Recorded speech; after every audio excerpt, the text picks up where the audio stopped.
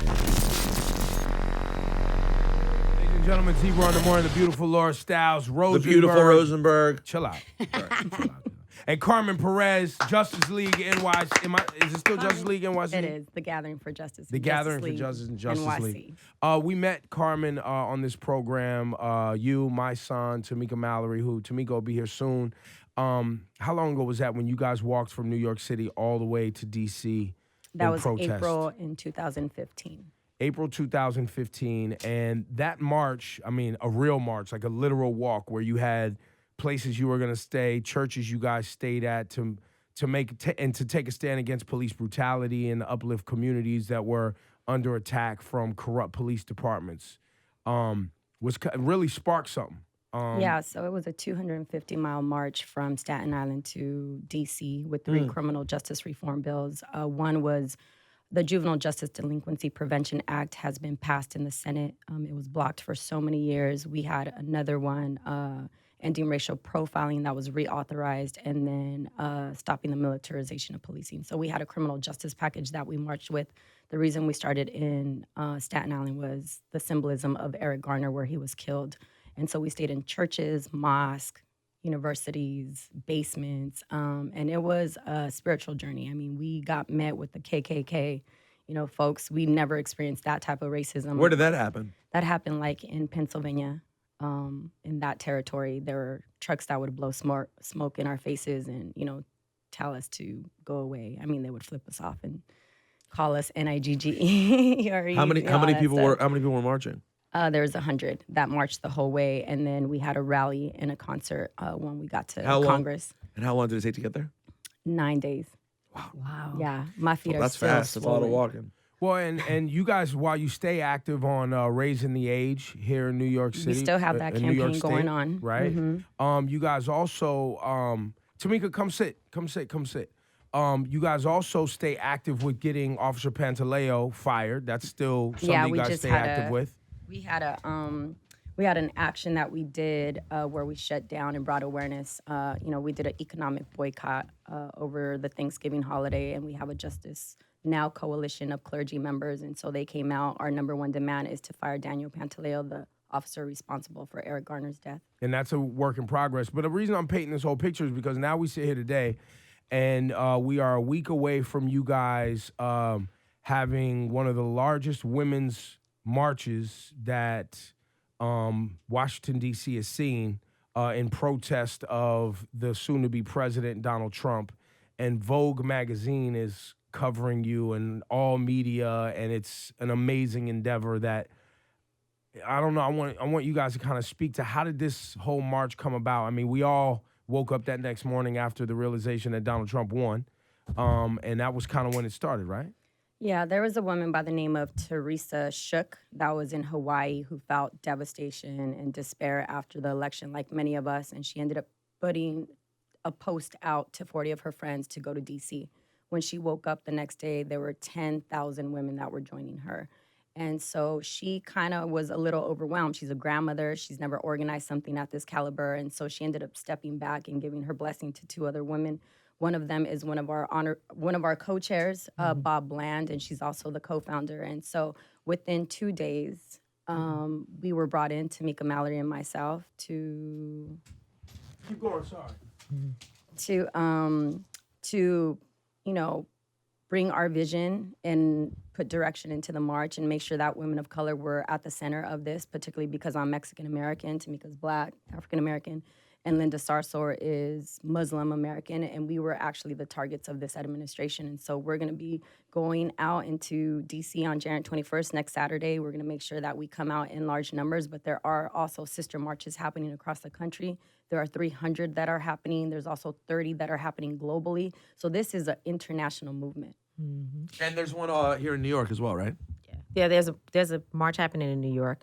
And you had said that we're going in protest of Donald Trump. And, really, That's not really why we're going. Obviously, people woke up and said Donald Trump was elected. How the hell did that happen? And we got to go do something. But at the same time, I think as leaders, it is our responsibility to let people know that Donald Trump is not the disease. He's a symptom of a disease that already existed. And if we go to Washington just to talk to Donald Trump, we've missed the mark. There's a Senate, there's a Congress. I like to say that this is not a march on Trump. It's a march on Washington. The halls of power are there. Everybody's there. The Supreme Court, everyone is there. And we need to ensure that when we go to Washington, we're more educated and sophisticated as voters, as advocates, than to think that just talking to one man who would love a great big party for his ego. That's awesome. But what really scares him is when we say to people around him, listen, this guy is crazy. But just what we saw with President Obama, whenever he tried to get something done on gun control or whatever, the Senate, the House, they shut him down. And we want to see the same thing happen here. So if the most important thing that we come out of this with is that people go back to their local state houses and say to local governors and to local congressmen and whatever, if you follow what this man is trying to do, we will unelect you. That has to be the goal, because that's the only way to fight someone like him. And the work that we do in the gathering has been grounded in the ideology of Dr. King, the Kingian philosophy. And one of the 6 principles of nonviolence is to attack the forces of evil, not people doing evil. So in the work that we've done around criminal justice reform, it's about dismantling the system and creating it. And so that's what we're looking at. Right. When we think about Trump, he's just one of the many people. I mean, there's so many people that are racist out there. So we got to attack the systems of racism, the systems of patriarchy, all those things, and that's why we're showing up. Because even on this program, Hillary Clinton wasn't our ideal candidate because of her past, and everybody openly dialogued about our issues with that, right? But today we sit and Trump will be the president, even though every morning I wake up and I make him a point to say F Donald Trump just to make it clear, just to say it. But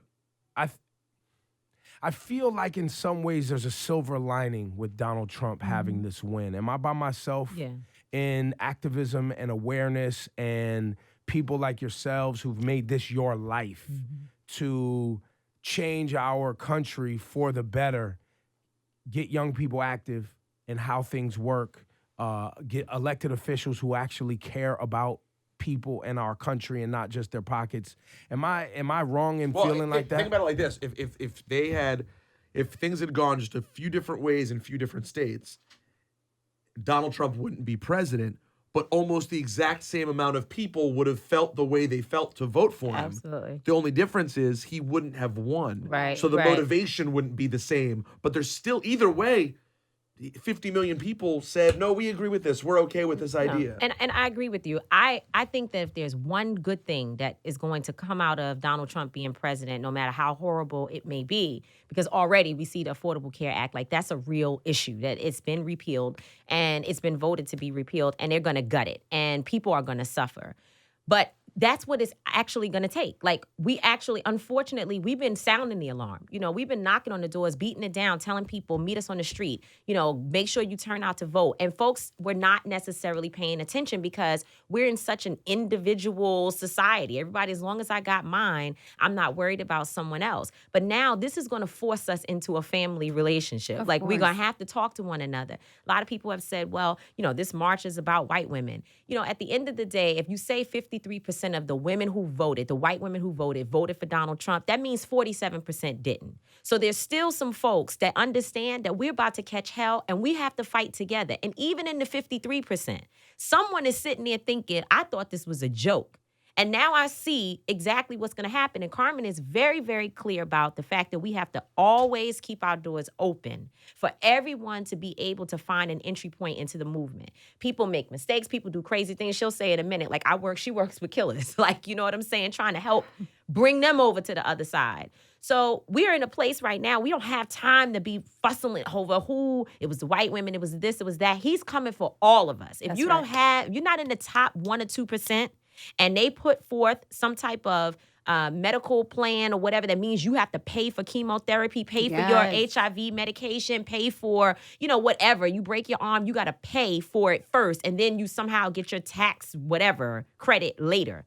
We don't have money to do that. And keep in mind, our neighborhoods that are poor have some of the worst food, diabetes, heart disease and things like that. So if you think that you're going to be safe or be able to afford care, or your grandparents afford their medication, and these things that because of our diets we're dying, and because the fact that in our neighborhoods we don't have the proper nutrition available to support our needs, So it's already stacked against you. it's from already start. stacked against you. But to Tamika's point, I think one of the things that is different about this, I think everybody gets involved because of a personal experience, right? Like I know personally I got involved in the movement when my sister was buried on my 17th birthday. And I know Tamika also got involved when the father of her child was killed and found in a ditch. So there are personal reasons why we get involved, right? A lot of the mothers in the movement, they have somebody that's been killed by police. Now it's become personal. That's why you see people waking up. Because other times Defunding Planned Parenthood. Right, exactly. Very serious. Exactly. And Planned And Parenthood is so- one of our partners. And you know, Planned Parenthood, like we need Planned Parenthood. Forget about the abortion component. But they don't want to. They Right. always focus on that. That's I know. right. I know a girl who was a bartender at one point, and Planned Parenthood saved her life. She by early detection, she found a lump in her breast and literally saved her life. And I don't think people really understand. They're so ignorant to the fact that there's so much like help that you get, where it's mental help from Planned Parenthood Right. and just medical help in general. Right. You know, Right. a lot of women can't afford to go to a gynecologist, so that's always been one of my when first we were young, experiences. that's right. And you know, when we were young, you could go to Planned Parenthood and deal with your personal business Yes. without your parents finding out about it.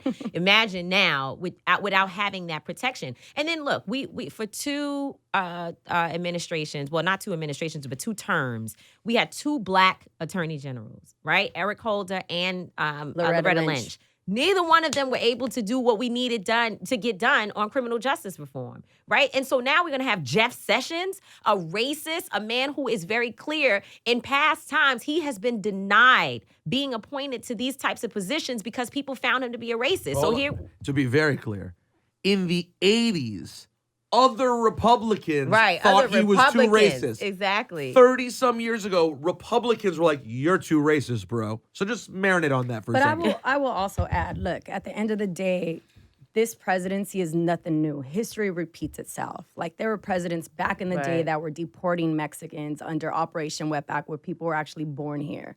You know, we've had so many things that have happened in this country. People have been fighting. There's many of us that have been organizing, have been fighting. We're going to continue, whether it was Donald Trump or whether it was Hillary Clinton. She didn't also meet our needs, right? Absolutely. We were going to be there, maybe not on January 21st, but we were going to be there in March, right? Like we were Right. going to try to get some sleep from all the work that Right. we do. But at the end of the day, like history repeats itself. We need to be aware and cognizant of what happened before and also how we're going to move forward. And I think this is a sign of solidarity. There are hundreds of thousands of women and families that are coming. We got our brothers that are coming. We got our lovers, husbands that are coming. All these folks are going to come and show up. We just got to make sure that they receive a message and that they get ignited, a spark ignites in them for them to go back and organize in their communities. You guys met a lot of, I guess, pushback in organizing this march. And people even to this day, I've talked to somebody yesterday and they were like, are you going to the Million Women's my March? I was gosh. like, it's not Oh called my the God. Million Women's my March. What are gosh. y'all talking about? How did that start? Because Teresa Shook, the first woman, white woman, who called for the march, she called it that. She named it Millions Women's March. She never told me, whether or not, or told us whether she researched it or not. I think she says that it was just something that came to her mind. Maybe it wasn't. I don't know. The idea of getting 1 million women to march, Right. it sounds makes you sense. could make, but the point is that black women planned the Millions Women's March in 1997, Yep. and in 2017 it's going to be the 20th anniversary of a time when Jada Pinkett and just a bunch of celebrities and just regular folk went to Philadelphia for the Million Women's March. So I get the point. It was definitely an appropriation. How do you have a Millions Women's March now, and then they try to have a successful anniversary in 2017? It is appropriation. It's not cool. We killed it, right? So by the time we got involved, It was they on had already Friday. changed it. It was 2 days later after it was announced. They had already changed the name to the Women's March on Washington, which we support. There was some people who had an issue with that too because of Yo, the yo, 1963 march. Yo, Exactly. real Fall quick, out, if fall on the everyone's floor. focused on all this, y'all might as well stop right now. Exactly. So that's gonna be where we really argue. Is now that this is the legitimate remix to the march. Yo, just march. Well, but you know what? I have to say that it is true, and there is history behind it. It's not like people are just mad for no reason. People are sensitive and rightfully so. Yeah, they are. But women are marching Right. to Washington. Right. Right. These are facts. Right, Right. these are facts. These are facts. And everyone is invited. It's not just for women. Right. No. But they tried to stop you and not give you your permit. Not true. That's Not not true. true. No, as soon as we got involved, we began the permit process. Janae Ingram, who's in Washington, D.C., had meetings. We were on conference calls with the Parks and Rec and the Capitol Police. And so it's a process. It's not you don't go downtown and I'm be over here like, yo, moving my give me hand. one of them But permits, yeah, yo. it's not like if you just get a piece of paper. It's a process. Yo, and you have babe, to run get that permit, dead ass, yo. So we have Need the that. permit, and you know the conversation. I'm responsible for partnerships, so I'm supposed to be talking to hundreds of people and organizations every single day. The conversation with every partner was like, "Do you guys have the permit?"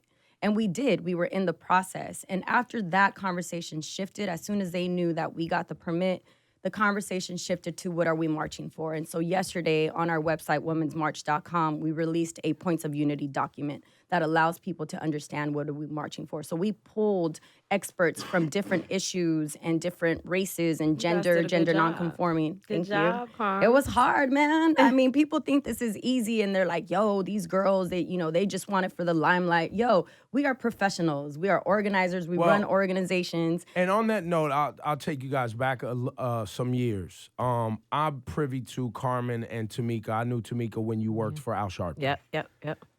And you left working for Al Sharpton and went on your own path. Yeah. Carmen, you've been working for Harry Belafonte for 12 years. 12 years. The young women you're looking at didn't just decide that they want to spend their entire life, literally every day, uplifting people and helping with the world's problems. That's right. And I can sit here and tell you there's times that Carmen hits me or Tamika hits me and I'll be like, word, y'all doing that on what time? What time y'all going out there? Didn't y'all We're going just to walk from New York to I'm Washington, like, D.C. I meet y'all in D.C., Right. bro. But they've given their life to this, and it's not because it's lucrative, and it's not because y'all get a lot of sleep. Carmen, you were hand-selected by Harry Belafonte in what year? In 2010, I became the executive director. In 2005, I came on board to help build the organization, The Gathering for Justice. And the Gathering for Justice was started, many people may not know this, but Harry Belafonte and some other active elders in the celebrity world and fundraising world and business world And had the gotten civil together. rights Civil movement. rights movement had gotten together and literally were like, hey guys, we're getting old. Who's going to carry on this legacy? Who are those people? Where are they from? And they went around the country and got you guys together. They did, and I was this, I used to be like, man, I'm just a little girl from the hood. What is it about me? But he saw my dedication. He saw that I could play the inside-outside game. Not only was I about the streets, but I was also making sure that we were pushing policy. And I came from Southern California, personally impacted by incarceration from my family, had family members in and out the system, had family members that were killed because of gang violence, and then I had a sister that was taken early in my life, and so really kind of gave me purpose to dedicate my life. It's been 20 years I've been organizing and working with young people. I work in prisons. I travel all over the world, been to El Salvador to support a peace truce between 18th Street and MS-13.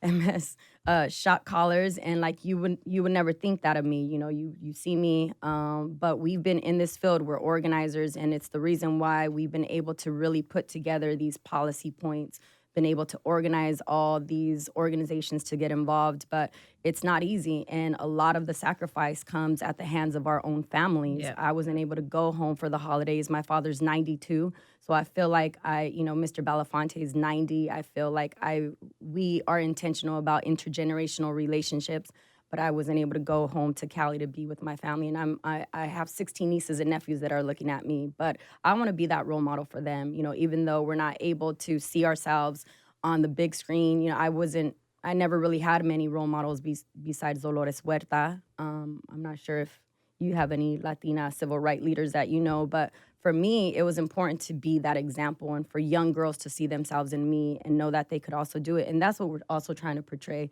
So Mr. Belafonte gave me an opportunity to show him, and it wasn't easy. It was always me asking him, what's the agenda? And he would say, the agenda is to find the agenda. And so now we found the Yoda? He agenda. hit you with the Yoda? Oh, God, He is. And so like he, but we organized around the country. We had regional meetings, trained activists and gang members in nonviolence, and build a national movement, and then built Justice League NYC in 2013. And you really kind of saw us, though, in 2014 at the end when Eric Garner got killed. Our marches, everything is a multi-pronged approach, but we're guided in the spirit of our elders, and we stand on their shoulders. Yep. Not only is it Mr. Belafonte, but it was also Ivan Donaldson from SNCC. We have Diane Nash, who we are in conversations with. There's a lot of elders, and they're ready to pass the baton. We just also have to make sure we're ready to receive it. And this march happens Saturday, January 21st. I remember in 2000 they egged George Bush when he was driving down Pennsylvania Avenue. I don't want anything bad to happen. Obviously, we don't want that. We live in a country where we definitely protest, and we definitely don't like each other when we disagree on certain shit, but we don't want anyone getting hurt. That's not what we want. No, we don't want people to come with that in mind. No, we don't want that in mind. Type of party. But Donald Trump's not getting a lot of support from people to participate in the inauguration. They're saying that his drive down Pennsylvania Avenue is going to be one of the shortest in history. And you guys, did you guys always plan for this to be on the 21st, or were you guys initially going to try to be there on the 20th as well? No, it was always the 21st. Yeah, that's what they put out from the beginning, the day after. That's Saturday. That's Saturday, so families could come down. Yeah. And I saw that June Ambrose posted something today saying that he has 200 buses and the Women's March has 1,200. That's the first time I saw that this morning. I was okay. That's been going around for like 3 days now. Really? So they're basically saying that we have more numbers than his inauguration. Wow. Well, that would be salute to you. phenomenal. That's amazing. That would be amazing. And how did the Vogue thing happen? I mean, this thing is, you guys are in Vogue. I think that was Sari Sofa-Ficker, who is one of the national. First of all, there are at least 50 women and men who are a part of this organizing effort. My son is working on security with us, and a brother named Tony. He's our homie. Yeah, he's our right everything. Hands, yeah. And so there are some men who are helping us. Lamont, our attorney. And so there's at least 50 women, and every single person has something that they do well, right? They're all professionals in all types of areas. And there's a woman by the name of Sari Sofa-Ficker. She had a relationship with Vogue. They wanted to shoot us, and they did, but they didn't let us put a lot of makeup and stuff on. Yeah, they didn't let us show our own out. faces. So we were They made us go there all Linda was like, I need eyeliner. I thought it looked amazing. Nah, man. We was going to Vogue. Yo, they told us to show up like, just like nothing, bare, right? So I'm like, yup, when I get there, they gonna pull out gowns. I'm about to be in Escada in this joint, Chanel dresses. I was ready to be like, diva on the like total. I wanted the fan with the wind blowing like Beyonce. And they were like, no, we're gonna wear a white shirt, black pants, and not a lot of makeup. But I loved it. I loved it. I loved it because I do feel that there is a stigma. There's a stigma around women who are activists. Yeah. That they're not sexy and they're not beautiful and they're not intelligent. They're just like, they don't shave their arms or something and they just go out in whatever dirty tennis shoes and protest all the time. And I think it's awesome that, to show women of all different shades, backgrounds, professional levels, economic brackets that are active in making sure the community is aware, enlightened, and I thought it was dope. If you're going to protest, though, let's be clear. Ebro, they should be wearing tennis shoes. Let's just... Yeah, don't come out there. Boots. No. They got all kind of stuff. No, we do. Yeah, we wear boots. Listen, heels, heels. Heels for March? I have worn heels, especially when I worked for Reverend Sharpton, because it was much more of a professional, everyday look. There's been plenty of times when I wore heels from March to March. Wow, bless you. Running to March. Salute. But I'm not there anymore. Now I'm like, we did. I'm Remember 36, that one time? 36, not 37. Yeah, I've been saying 37 every day. 36, and I have a 17-year-old child, and I can't wear heel to March No, you don't anymore. need to. You don't need to. But I have. Yeah, I she mean, does. because we show up after our meetings. We work all day.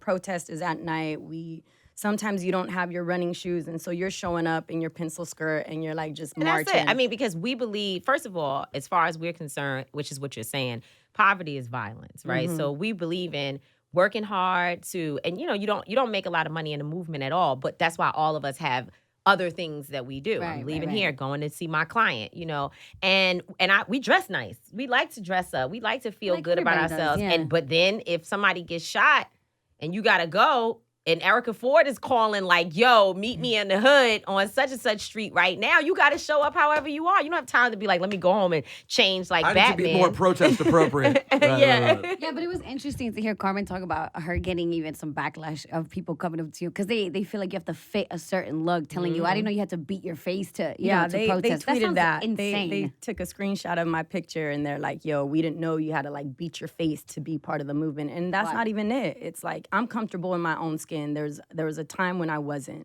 where I always try to tone down my beauty to make other people feel comfortable, and I'm just not there anymore. I'm gonna own it. Yeah, so. we ain't with it. We ain't with it. I'm with it. I'm with this. You're with On all counts. You're with her. You're with her. You're with us? Yeah. Yeah. On all counts. It's fantastic. I'm very excited. The Women's March is happening January 21st, DC. It's open to anyone and everyone. What's the site? Womensmarch.com. That's easy. And also remember to make these things happen. I don't know where you guys do fundraising. We do. And you know what? We've done well. We went over the $1 million mark yesterday on our CrowdRise, which is on the website at womensmarch.com. But then we had a conversation this morning about how many more people may show up and the fact that we need to add more security measures, more porta-johns, which are bathrooms, in case people don't know, and all of that, porta-potties. And all of that. And so in order to do that, we have to raise money, and we need people to give. And it doesn't matter how much. Everybody wants nice porta-potties, yes. man. You don't want the whack porta-potties. And you don't want to be that. online for 10 hours to use the bathroom. And you might want to slip somebody a couple of dollars. You go to some places, they be having people that are willing to wipe down the porta potties before the next people go in there. Oh, yeah. They doing real good. These people want to make a couple extra bucks on the side. Yeah. So, So money, we do need it. And it doesn't matter if it's $2. It counts every time. And so our rally begins at 10 a.m. in DC. It'll go on until 1:30ish. We'll have performers and we'll have speakers of different issues and different walks of life. It's gonna be powerful. Yes. Carmen, Tamika, it's always great to see you. I'm so proud of you guys, man. You guys look amazing and you're doing amazing work. Thank you. very much. Thank you so much for having us.